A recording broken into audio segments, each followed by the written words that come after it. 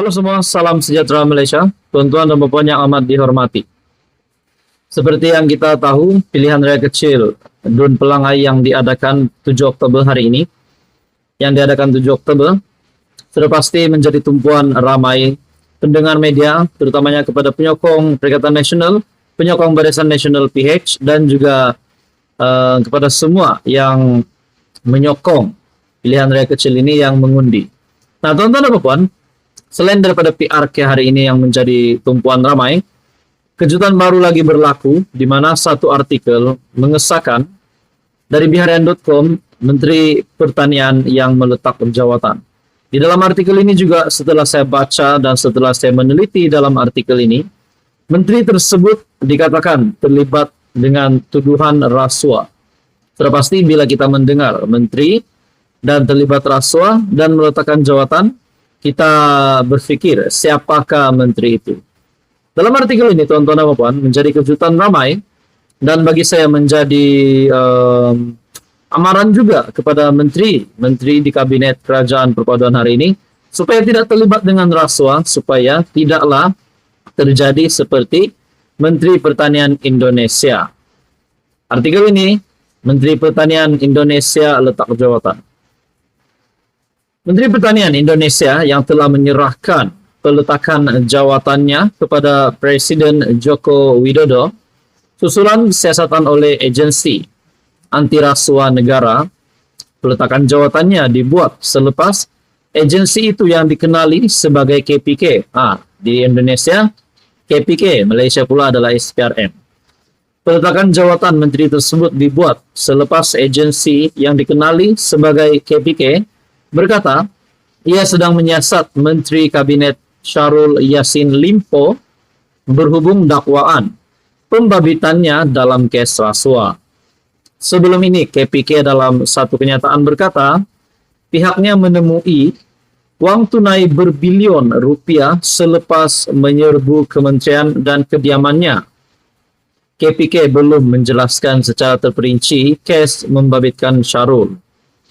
Syahrul memberitahu pemberita, beliau telah menawarkan peletakan jawatannya ke pejabat presiden.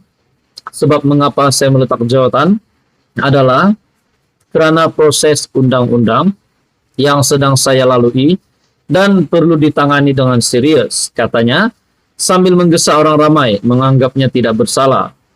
KPK bagaimanapun tidak menamakan Syahrul secara terbuka sebagai suspek.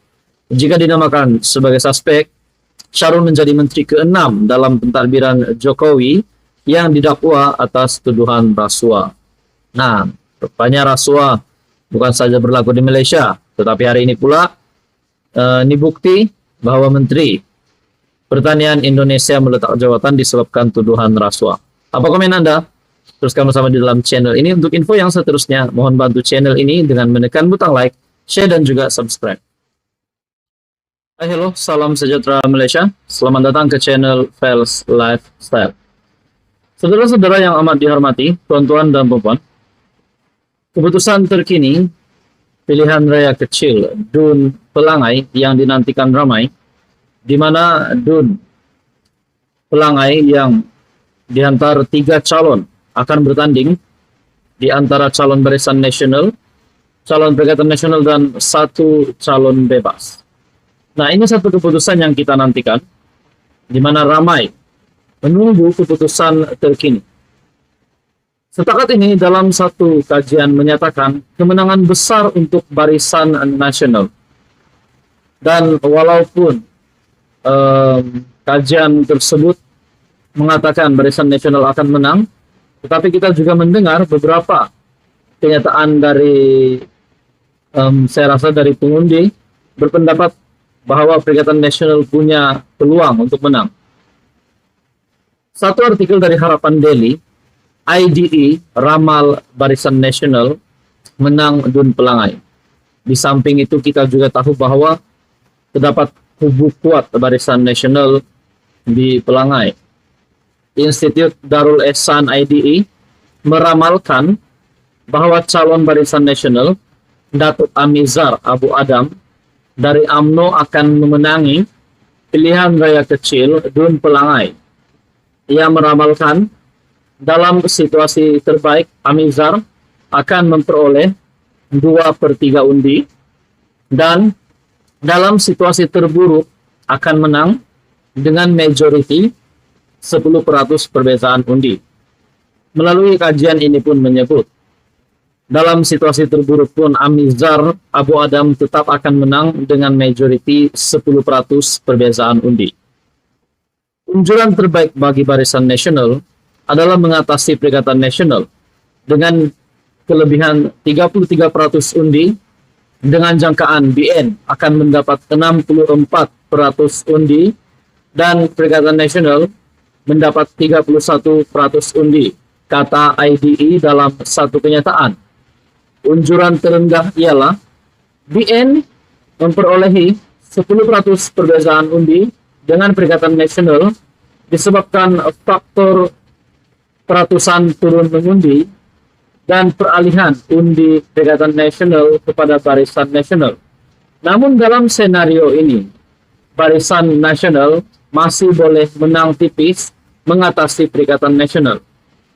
Pusat tersebut meramalkan peratusan keluar mengundi dalam pilihan rakyat kecil ini akan menurun 77,1% yang dicatatkan dalam PRU15 kepada sekitar 65%.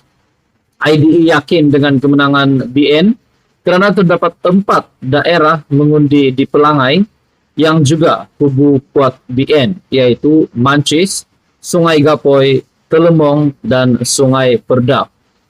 BN mempunyai unjuran kekuatan 3.000 undi daripada 4.999 pengundi di keempat-empat daerah mengundi. Dalam pada itu, tuan-tuan dan puan, dalam artikel yang sama dari Harapan Daily juga, pilihan rakyat kecil Pelangai PN jangka tak menang. Seorang pemimpin PN menjangkakan bahawa kemenangan tidak berpihak kepada parti mereka di dalam pilihan rakyat kecil Pelangai. Jika menang, ia pasti satu bonus besar buat kami. Tetapi sentimen di lapangan tidak memihak kepada kita, terutamanya dalam kalangan pengundi Cina. Kita berharap untuk mendapat undi Felda dan kaki tangan awam kerana ada tren peningkatan sokongan dari mereka. Sementara itu, sebilangan pemimpin Barisan Nasional yakin Pelangai akan kekal dikuasai mereka kerana jasa bakti adun terdahulu Datuk Johari Harun yang telah meninggal dunia. Kita menjangkakan akan ada undi protes dan kelesuan mengundi, tetapi kita optimistik sokongan BN di Pahang Kuku. Nah, bahkan di dalam artikel ini, PRK Pelangai PN jangka tak menang, pemimpin PN sendiri menjangkakan bahawa kemenangan tidak berpihak pada parti mereka. Menurut Anda, saudara-saudara, apa komen Anda? Anda juga boleh komen di bawah. Anda boleh buat ramalan di bawah. Adakah Barisan Nasional akan mengekalkan kemenangan itu di Pelangai, ataupun mungkinkah PN membuat kejutan? Sekian saja, teruskan bersama di dalam channel ini untuk info yang seterusnya.